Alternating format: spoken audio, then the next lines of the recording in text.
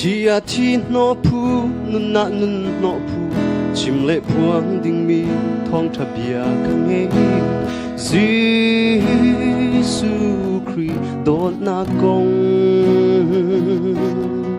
kam hu le ka ni atin lo cha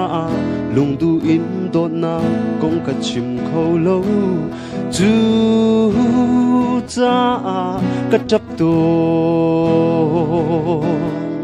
mo ka boy Giêsu na dot na kong hi kam hu le ka ni atin lo zonga ni fa ka nun zia in na cha te ti tha ka si zung za lai na zul chia ka ne do chu ka zul lai di na ram pa lan tiang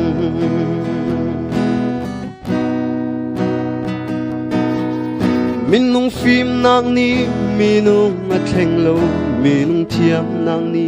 mi a ser siam lo ba thian tharau si Pentecost nia mi thong thum thlen tu bi ra chơi chum mi thot chua a pe tu ba thian tharau si mo ka boy Giêsu na dot na kong hi kam hu le ka ni atin lo zonga ni fa ka nun zia in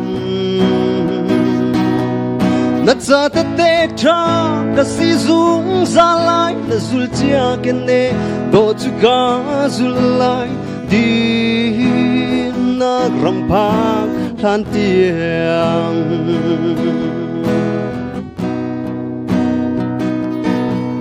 so swale aral kam ni ralan do Moses le Aaron kunin tha an jam chu cha aral an te setan ral do vi ka kalia wa hin tharau fa le ni ka cha tha an jam chu cha na angam mo ka boy Giêsu na dot na kong hi kam hu le ka ni atin lo zonga ni tin ka nun zia in na cha te te tha ka si zung za lai na zul chia ke ne do chu ka zul lai di na ram pa